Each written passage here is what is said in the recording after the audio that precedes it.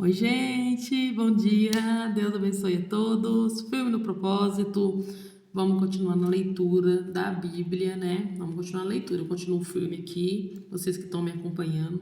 Eu quero falar ainda um pouco mais sobre o capítulo 28, tá bom?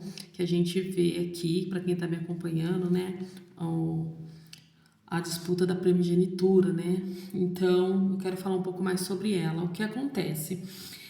A gente vê nos versos anteriores aí ao 28 que está envolvido Rebeca, Isaac, né? Os dois, eles estão ali, cada um tomando o seu partido ali, né? No caso, Rebeca já tinha a revelação de Deus, que o mais velho serviria o mais novo. E aí a gente tem Isaac, que fez ali aquela parte humana de abençoar o primeiro filho, né? A bênção do primeiro filho mesmo.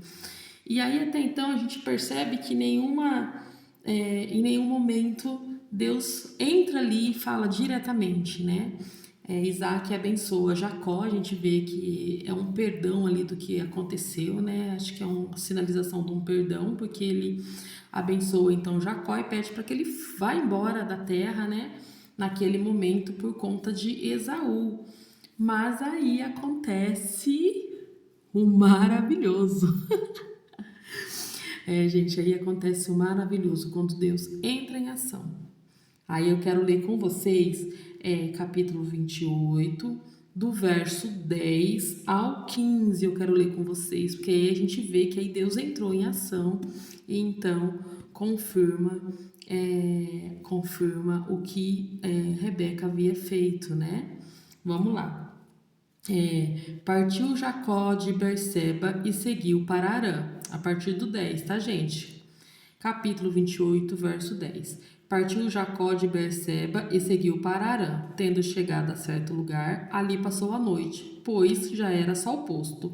Tomou uma das pedras do lugar, fez-la seu travesseiro e se deitou ali mesmo para dormir. E sonhou: eis posta na terra uma escada cujo topo atingia o céu, e os anjos de Deus subiam e desciam por ela. Perto dele estava o Senhor. Ele disse: Olha quando Deus entrou, gente, olha a benção, a maravilha, a confirmação. Por isso que tudo que a gente faz, a gente tem que pôr na mão do Senhor, né? Eu sou o Senhor, Deus de Abraão, teu pai, e Deus de Isaque. A terra em que agora está deitado, eu te darei a ti e a tua descendência. Aí eu falei para vocês. Você vê nos textos anteriores, nos versículos anteriores, o problema está lá estabelecido, né? O problema está estabelecido, né? Rebeca tramou junto com Jacó ali, conseguiu ali a bênção, né, humana. Esaú, por sua vez, revoltado por tudo que tinha acontecido. Isaac, né, naquela situação, cego, já um senhor, né, tentando fazer, sendo correto, né, sendo correto ali no que havia sido passado para ele. E Deus quieto, vendo, até que Deus entra em sonho e fala com Jacó, né? Aí vamos continuar aqui. A tua descendência será como o pó da terra. Estender-te-ás para o ocidente e para o oriente, para o norte e para o sul. Em ti e na tua descendência serão abençoadas todas as famílias da terra. Eis que eu estou contigo e guardarei por onde quer que fores, e te farei voltar a esta terra, porque te não desampararei até cumprir eu aquilo que te hei referido. Vocês conseguiram entender a dimensão? A dimensão, eu fico pensando, né? Deus lá de cima vendo todo o rebuliço embaixo, né? Todo aquele rebuliço tudo. E depois ele entra e fala: é você mesmo, né? Eu vou fazer isso por você. Vai ser isso mesmo. Então, isto mostra a misericórdia e a graça do Senhor, né? Porque tudo começou tão fora, né? Tudo fora do lugar, né? Mas Deus já sabia.